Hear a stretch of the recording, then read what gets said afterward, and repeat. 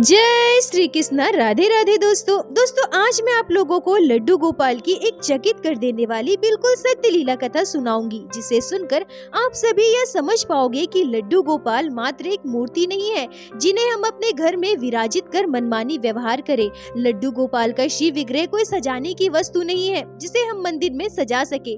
हमारे लड्डू गोपाल में तो साक्षात प्राण है। बाल गोपाल भक्तों के घर साक्षात विराजित होते हैं और एक भक्त को लड्डू गोपाल की सेवा कैसे करनी चाहिए, बाल गोपाल के लिए आपके मन में कितनी श्रद्धा भक्ति होनी चाहिए, तब आप लड्डू गोपाल की सेवा संपूर्ण रूप से कर पाओगे। आज की इस लीला कथा को सुनने के बाद आपको एक आश्चर्यजनक घटना के बारे में पता चलेगा, जिसे सुनकर आप सभी चकित हो जाओगे। आपके शरीर के रोंगटे खड़े हो जाएंगे।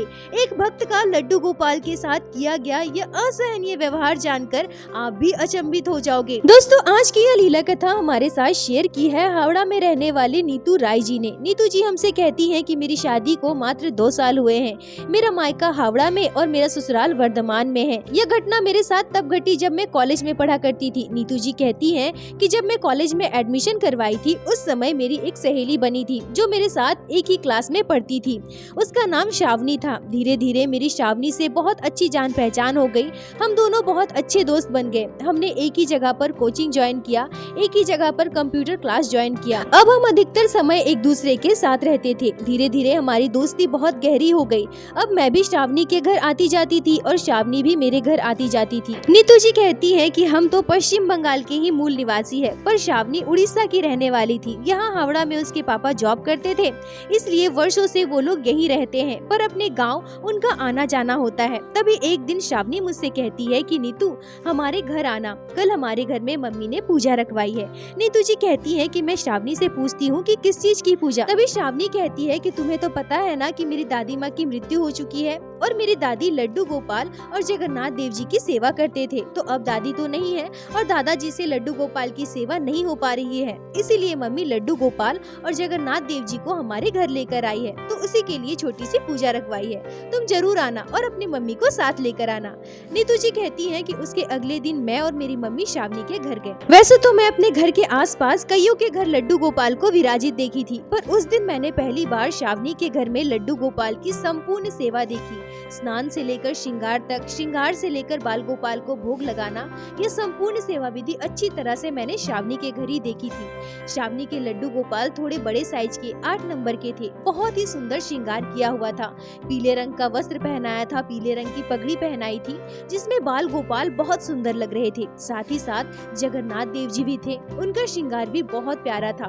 नीतू जी कहती है कि उस दिन शावनी की मम्मी ने बताया कि यह लड्डू गोपाल नीतू की दादी वृंदावन से लेकर आई थी।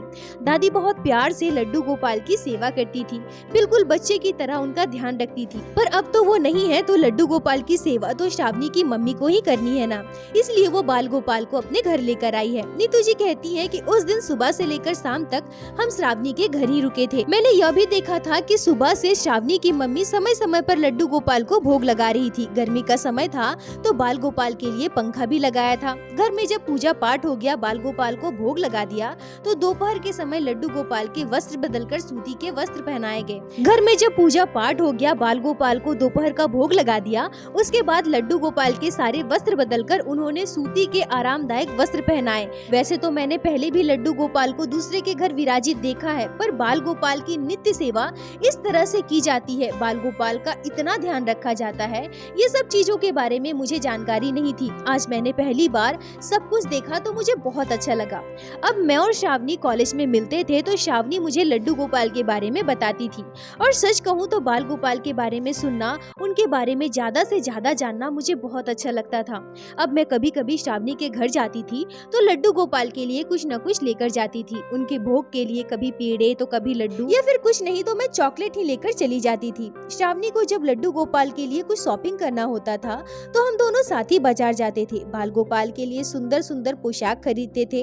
लड्डू गोपाल के के श्रृंगार का सामान खरीदते थे। तो धीरे धीरे मेरे मन में भी बाल गोपाल के लिए वो भाव आने लगा। मुझे नहीं पता कि मेरे मन में लड्डू गोपाल के लिए भक्ति थी या नहीं, बाल गोपाल के लिए उतना प्रेम था या नहीं, पर लड्डू गोपाल के लिए सुंदर सुंदर पोशाक खरीदना, उनका सुंदर श्रृंगार करना, बाल गोपाल के लिए तरह तरह की वस्तुएं खरीदना, ये सब कुछ जब मैं श्रावणी को करते देखती थी तो मेरे मन में भी यह भाव आने लगा कि मुझे भी ये सब कुछ करना है, मुझे भी अपने घर लड्डू गोपाल की सेवा करनी है, मैं भी बाल गोपाल का सुंदर श्रृंगार करूंगी, मैं भी लड्डू गोपाल से खूब प्रेम करूंगी। नीतू जी कहती हैं कि मैं घर जाकर अपनी बात अपनी मम्मी से कहती हूँ। तब मेरी मम्मी लड्डू गोपाल की सेवा के लिए मुझे बिल्कुल ही मना कर देती है और इसका मुख्य कारण यह था कि हम बंगाली परिवार से हैं। जैसा कि आप सभी को पता ही होगा, बंगाली परिवार में अधिकतर प्राय सभी के घर मांसाहार किया जाता है, मांसाहारी भोजन बनता है। वैसे हमारे घर के मंदिर में भी सभी देवी देवताओं के चित्रपट हैं जिनकी पूजा मेरी मम्मी करती है, पर विग्रह की सेवा हमारे घर पर नहीं होती। इसलिए मेरी मम्मी कहती है कि बेटा हमारे घर लड्डू गोपाल की सेवा नहीं हो सकती है क्योंकि हम मांस मछली खाते हैं और मांस मछली खाकर लड्डू गोपाल को स्पर्श नहीं करना चाहिए। नीतू जी कहती है कि अब मैंने लड्डू गोपाल की ओर ध्यान देना बंद कर दिया था। मैंने ये सोच लिया था कि अब जब हमारे घर लड्डू गोपाल की सेवा हो ही नहीं सकती है तो हम क्या कर सकते हैं। तभी ऐसा हुआ कि अब जब हमारे घर में मांस मछली बनता था और हम खाने बैठते थे तो मेरे मन में ऐसे विचार आते थे कि क्यों खाना मांस मछली, क्यों मैं मांस मछली खा रही हूँ, अगर नहीं भी खाऊं तो भी चल सकता है ना। और मांस मछली खाने की वजह से ही तो मैं लड्डू गोपाल को घर नहीं ला सकती, उनकी सेवा नहीं कर पा रही हूँ, तो क्यों ना मैं कुछ दिनों के लिए मांस मछली छोड़कर देखूं। अगर मैं मांस मछली छोड़ सकती हूँ तो फिर अच्छी बात है ना, मैं मांस मछली हमेशा के लिए छोड़ दूंगी और लड्डू गोपाल को अपने घर लेकर आऊंगी। यह सोचकर मैंने मांस मछली खाना पूरी तरह से बंद कर दिया और मैंने अपनी मम्मी से भी कह दिया कि अगर मैंने मांस मछली छोड़ दिया तो फिर मैं लड्डू गोपाल को घर जरूर लेकर आऊंगी और आप सभी मुझे बिल्कुल नहीं रोकोगे। नीतू जी कहती हैं कि अभी लगभग 7-8 दिन ही बीते थे कि मैं अपने घर पर जिद करने लगी कि देखो मम्मी, अब तो मैं मांस मछली खाना भी छोड़ दी हूँ, लड्डू गोपाल की सेवा मुझे लेनी ही है। तभी मेरी मम्मी मुझे समझाती है। उन्होंने मुझसे कहा कि बेटा 1-2 दिनों की बात नहीं है, अगर लड्डू गोपाल का विग्रह हमारे घर आ जाते हैं तो हमें हमेशा उनकी सेवा करनी होगी। जरा सोच लो, फिर तुम कभी भी मांस मछली नहीं खा पाओगी। और अभी तो कुछ ही दिन हुए हैं, 2-4 महीने बीत जाने दो, जब तुम पूरी तरह से समझ जाओ कि अब तुम मांस मछली के बिना रह सकती हो, तब तुम लड्डू गोपाल की सेवा लेना, मैं तुम्हें बिल्कुल नहीं रोकूंगी। पर अभी 2-4 दिनों में तुम कैसे समझोगी। नीतू जी कहती है कि मैं इतना जिद करने लगी थी कि मैं खूब रोती थी, मैंने खाना पीना तक छोड़ दिया था। मेरी मम्मी ने मुझे खूब समझाया, यहाँ तक कि मेरी नानी ने भी कॉल पर मुझे खूब समझाया था, पर मैंने किसी की नहीं मानी। मुझे ऐसा लग रहा था कि मैं सब कुछ तो छोड़ ही चुकी हूँ ना, फिर अब मुझे घर वाले क्यों रोक रहे हैं, मैं लड्डू गोपाल की सेवा क्यों नहीं ले सकती। अंततः मेरी मम्मी ने मुझे लड्डू गोपाल का श्री विग्रह ला कर दिया और मैं उनकी सेवा अपने घर में प्रारंभ कर दी। बाल गोपाल की सेवा पाकर मैं बहुत खुश थी। अब तो मैं सुबह जल्दी उठने लगी थी, लड्डू गोपाल का स्नान श्रृंगार करती थी, उन्हें भोग लगाती थी, फिर मैं कॉलेज जाती थी। दोपहर के लिए मैं लड्डू गोपाल का भोजन ढक कर रख देती थी और शाम को जल्दी घर वापस आकर बाल गोपाल की दिया बाती करती थी, उन्हें भोग लगाती थी, रात को उन्हें सुलाती थी। मतलब लड्डू गोपाल की सेवा की संपूर्ण विधि मैं बहुत अच्छे से कर रही थी। ऐसे ही लगभग 1.5-2 महीने बीत गए। अब तक मैंने मांस मछली को स्पर्श तक नहीं किया था, मतलब मैं भूल ही गई थी कि मैं मांस मछली भी कभी खाया करती थी। मुझे ऐसा लग रहा था कि बाल गोपाल की सेवा पाकर मुझे सब कुछ मिल गया है। तभी लगभग 2.5-3 महीने के बाद हमारे पड़ोस में एक बच्चे का जन्मदिन था जिसमें हम सभी को आमंत्रित किया गया था। मैं भी वहाँ पर गई थी। जब हम सभी खाने के लिए बैठे तो खाने में सभी को चिकन परोसा जा रहा था, पर मैंने चिकन नहीं लिया। पर लगभग 2.5-3 महीने के बाद यह पहली बार था जब मुझे चिकन खाने की इच्छा हुई। मेरे आसपास बैठे सभी लोग चिकन खा रहे थे तो मेरे मन में भी लालच हो रहा था, मन कर रहा था कि मैं भी चिकन खाऊं, पर मैंने खुद को रोक लिया। जैसा कि मैंने बताया था कि हमारे घर में भी मांस मछली बनता है, हमारे परिवार में सभी मांस मछली खाते थे और घर में जो अलग से हरी सब्जी बनती थी, दाल चावल बनता था, मैं वो खाती थी। नीतू जी कहती है कि ऐसा नहीं है कि हर बार मेरे घर में जब भी मांस मछली बनता था या मैं किसी को खाते हुए देखती थी तो मुझे लालच होता था, नहीं, पर हाँ कभी कभी मुझे खाने की बहुत इच्छा होती थी।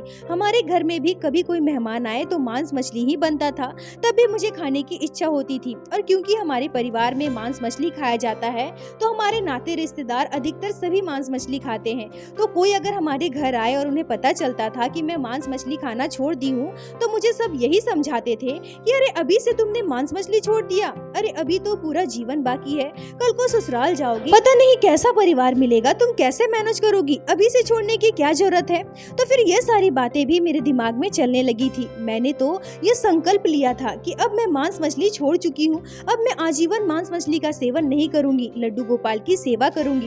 पर अभी कुछ ही महीनों में मुझे अपने फैसले पर अफसोस होने लगा था। मैं सोचने लगी थी कि लड्डू गोपाल की सेवा तो मुझे करनी है, पर साथ ही साथ मुझे मांस मछली भी खाना है। बाल गोपाल से मैं प्रेम करती हूँ, पर मुझे मांस मछली भी खाने की इच्छा हो रही है, मैं उसे भी छोड़ नहीं पा रही हूँ। ये सारी बातें मुझे अंदर से बहुत तकलीफ देती थी और मन में खाने की भी बहुत लालसा होती थी। फिर मैंने एक दिन अपनी मम्मी को सब कुछ बता दिया। उस दिन मेरी मम्मी ने मुझे बहुत डांटा था, पर अब जब हमारे घर में मांस मछली बनता था और मेरी मम्मी को यह पता चल गया था कि मुझे खाने की इच्छा होती है, तब मेरी मम्मी मुझसे कहती है कि नीतू तुम एक काम करो, तुम दिन भर मांस मछली मत खाओ, पर रात को लड्डू गोपाल को सुलाने के बाद तुम मांस मछली खा लिया करना और सुबह स्नान करके बाल गोपाल को स्पर्श करना, ऐसे में तुम्हें कोई पाप नहीं लगेगा। नीतू जी कहती है कि अब जब मेरी मम्मी ने बीच का रास्ता निकाल दिया था तो मुझे बहुत खुशी हुई। ऐसे में मैं मांस मछली भी खा सकती थी और लड्डू गोपाल की सेवा भी कर सकती थी, और मैंने बिल्कुल ऐसा ही करना प्रारंभ कर दिया। दिन भर मैं लड्डू गोपाल की सेवा बहुत अच्छे से करती थी, बाल गोपाल की छोटी से छोटी जरूरत का ध्यान रखती थी, और रात को लड्डू गोपाल को सुलाने के बाद मैं मांस मछली या फिर मुझे जो भी खाने की इच्छा हो मैं वो सब खाया करती थी, और सुबह उठ के स्नान करके फिर मैं लड्डू गोपाल को स्पर्श करती थी। पर अब कुछ महीनों के बाद जब ठंडे का मौसम आया, ठंड बहुत ज्यादा बढ़ गई। अब मैं जब रात को मांस खाती थी और सुबह उठकर स्नान करना पड़ता था, फिर मैं लड्डू गोपाल को स्पर्श कर सकती हूँ, तो मुझे बहुत तकलीफ होती थी। मुझे बिल्कुल भी अच्छा नहीं लगता था। प्रत्येक दिन बाल धोकर स्नान करना, वो भी इतना ठंड में, मेरे लिए बिल्कुल भी मुमकिन नहीं हो पा रहा था। फिर मेरी मम्मी ने एक दिन मुझे खूब डांटा, मुझे समझाया कि देखो बेटा, इसलिए मैं तुम्हें लड्डू गोपाल की सेवा लेने से मना कर रही थी। अब बताओ हम क्या करेंगे? हमारा पूरा परिवार मांस मछली खाता है, हम इसे छोड़ भी नहीं सकते, और तुम लड्डू गोपाल को लेकर आई हो तो हम उनकी भी सेवा नहीं छोड़ सकते। नीतू जी कहती हैं कि चाहे कुछ भी हो, माँ तो आखिर माँ होती है, बच्चों की तकलीफ उनसे कहाँ देखी जाती है। तब मेरी मम्मी ने फिर से बीच का रास्ता निकाला। मेरी मम्मी कहती है कि चलो ठीक है, बहुत ज्यादा ठंड है ना, तो नहाने की जरूरत नहीं है, तुम गंगा जल छिड़क लेना, गंगा जल छिड़क कर तुम लड्डू गोपाल को स्पर्श कर सकती हो। नीतू जी कहती है कि अब लड्डू गोपाल की सेवा मेरे लिए और आसान हो गया था। मैं मांस मछली भी खा रही थी और ठंड में मुझे स्नान भी करने की आवश्यकता नहीं पड़ रही थी, तो मुझे ऐसा लग रहा था कि हाँ चलो अब सब कुछ ठीक है, मुझे कोई पाप नहीं लगेगा, और मैं मांस मछली भी खा पी रही हूँ और लड्डू गोपाल की सेवा भी कर पा रही हूँ। नीतू जी कहती हैं कि मैं लड्डू गोपाल से प्रेम तो बहुत करती थी, लड्डू गोपाल की सेवा भी खूब करती थी, पर मैंने बाल गोपाल की सेवा के लिए, उन्हें पाने के लिए किसी भी चीज का त्याग नहीं किया था। बहुत ही जल्द मैंने अपना संकल्प भी तोड़ दिया था, और इसी के परिणाम स्वरूप लड्डू गोपाल ने हमारे जीवन में इतनी बड़ी लीला की है। दोस्तों, नीतू जी कहती है कि दीदी हमारे जीवन में इतनी बड़ी लीला हुई है, लड्डू गोपाल ने इतना बड़ा चमत्कार किया है जिस पर सहजता से विश्वास करना भी असंभव है, क्योंकि जब यह घटना हमारे साथ घटी तो उस समय हमें भी यह विश्वास नहीं हो रहा था, हमारा मन भी यह मानने को तैयार नहीं था। नीतू जी कहती हैं कि मेरे मम्मी पापा के गुरुदेव, जिनसे मेरे मम्मी पापा ने गुरु मंत्र लिया है, वो हमारे कुल गुरु है, क्योंकि उनके पिताश्री से मेरे दादा दादी ने गुरु मंत्र लिया था। और हमारे गुरु परिवार में कोई भी मांसाहार नहीं करता, कोई भी मांस मछली का सेवन नहीं करता है, वो वैष्णव है, परंतु उन्होंने अपने शिष्यों के लिए यह नियम रखा है कि वो गुरुवार को मांस मछली प्याज लहसुन कुछ भी नहीं खा सकते। तो हमारे परिवार में कोई भी गुरुवार को मांस मछली प्याज लहसुन का सेवन नहीं करता था। एक दिन सुबह 9:30-10 बजे मैं कॉलेज जाने के लिए तैयार हो रही थी, मेरे पापा भी ऑफिस जाने के लिए निकल रहे थे। तभी गुरुदेव हमारे घर आते हैं। वैसे तो गुरुदेव कभी भी हमारे घर आते थे तो वो पहले हमें जानकारी दे देते थे, क्योंकि उनके आने से पहले हमें स्वच्छता का ध्यान रखना पड़ता था। वो मांसाहार नहीं करते तो किचन की पूरी तरह से साफ सफाई करते थे, घर को स्वच्छ करना पड़ता था। पर उस दिन बिना बताए ही वो हमारे घर आ गए और आते ही हमसे कहते हैं कि कहाँ है तुम्हारे लड्डू गोपाल।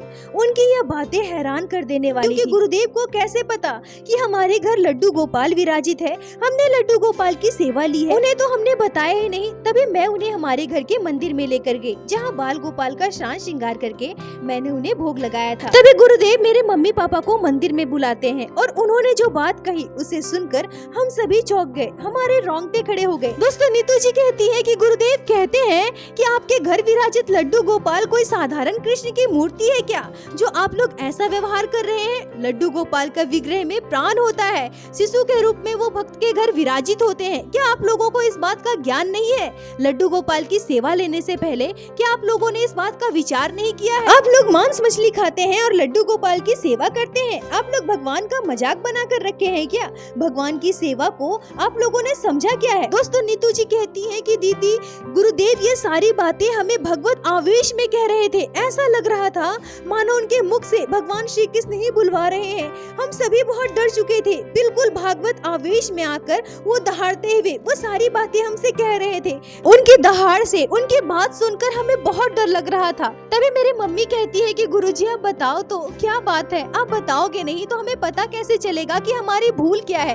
तभी गुरुजी हमें बताते हैं, रात मुझे कुछ अनुभूति हुई थी, इसलिए मैं आज सुबह सुबह आपके घर आया हूँ। मैं चाहता तो आप लोगों को कॉल पर भी बता सकता था, कॉल पर भी आप लोगों से बात कर सकता था, पर मुझे यहाँ आना जरूरी था। मुझे आभास हुआ कि आपके घर लड्डू गोपाल की मूर्ति विराजित है, आपने लड्डू गोपाल का विग्रह रखा है और मैं अपने सपने में ये स्पष्ट भाव से समझ रहा था कि आपके घर में तो कोई लड्डू गोपाल की मूर्ति है ही नहीं।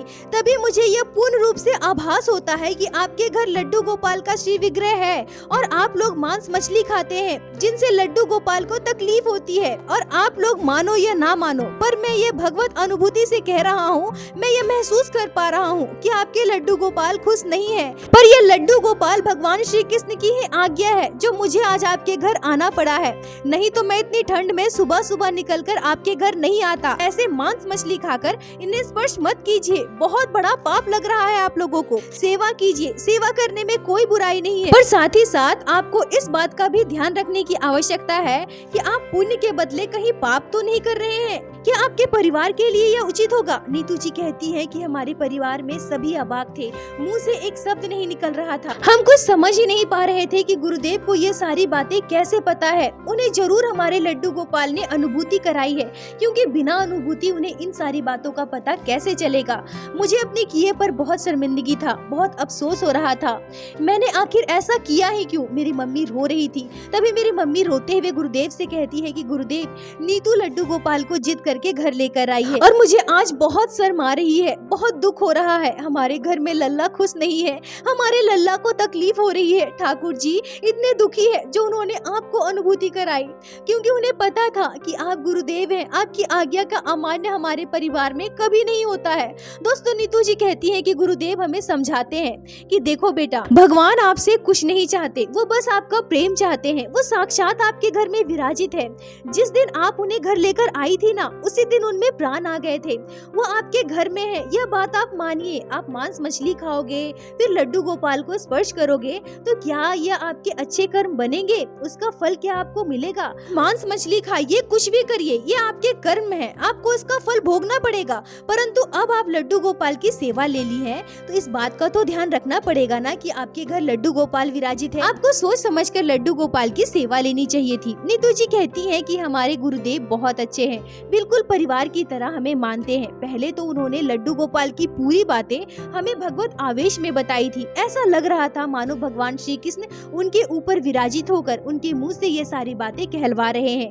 परंतु अब वो बिल्कुल नॉर्मल हो गए थे और बिल्कुल परिवार के सदस्य की तरह हमें समझा रहे थे। उन्होंने यह भी कहा कि एक काम कीजिए, हमारे घर में भी लड्डू गोपाल की सेवा होती है, तो आप अपने लड्डू गोपाल मुझे दे दीजिए। और आप यह बिल्कुल मत समझिए कि आपके ठाकुर जी हमारे घर चले गए। मैंने जो अनुभूति की है उसके बाद तो मैं लड्डू गोपाल को आपके घर छोड़कर नहीं जा सकता ना। मेरा आपसे प्रार्थना है, कृपया आप मुझे अपने लड्डू गोपाल की सेवा दे दीजिए। और आप बस अपने लड्डू गोपाल से प्रार्थना कीजिए कि जल्द ही आपके परिवार पर कृपा हो, आप सभी का मांसाहार छूट जाए, जिससे आप वापस लड्डू गोपाल को अपने घर लाकर उनकी सेवा कर सके। नीतू जी कहती है कि उस दिन मेरी मम्मी ने मुझे बिल्कुल भी नहीं डांटा, बल्कि वो खुद बहुत रो रही थी। दिन गुरुदेव हमारे घर से लड्डू गोपाल को लेकर चले गए। बीच बीच में मेरे परिवार वाले भी लड्डू गोपाल से मिलने जाते हैं। लड्डू गोपाल के लिए हम फल, मिठाई, उनकी जरूरत की चीजें खरीद कर लेकर जाते हैं। कुछ वर्षों बाद मेरी शादी हुई। मेरी शादी को 2 वर्ष बीत गए, पर अभी भी मेरे मायके में कोई भी मांस मछली नहीं छोड़ा है, न ही मैं छोड़ पाई हूँ।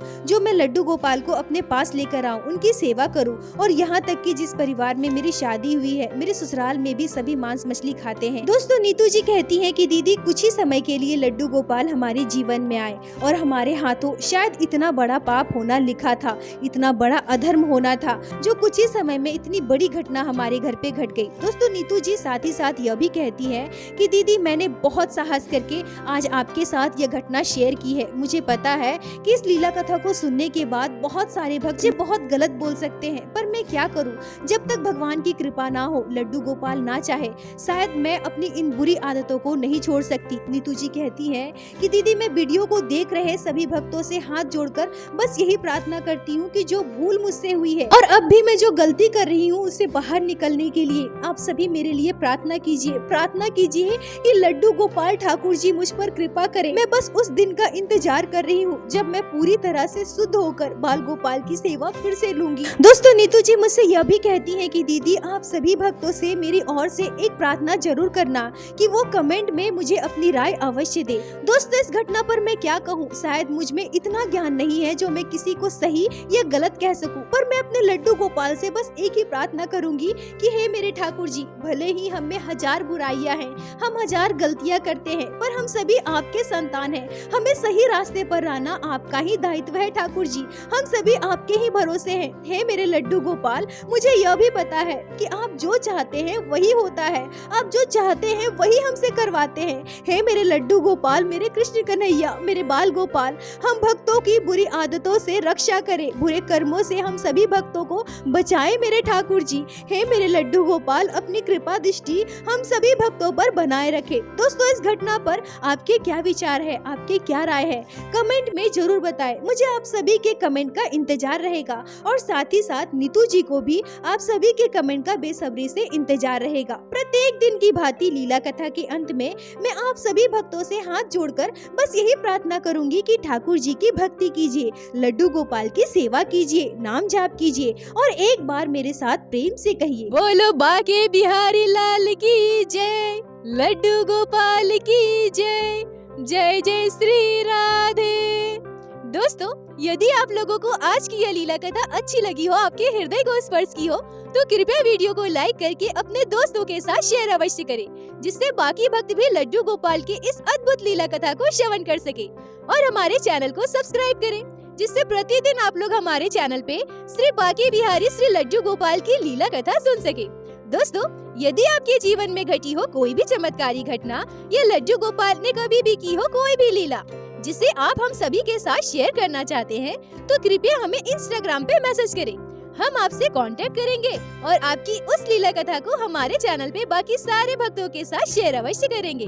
लड्डू गोपाल की कृपा आप पर और आपके पूरे परिवार पर बनी रहे। राधे राधे दोस्तों।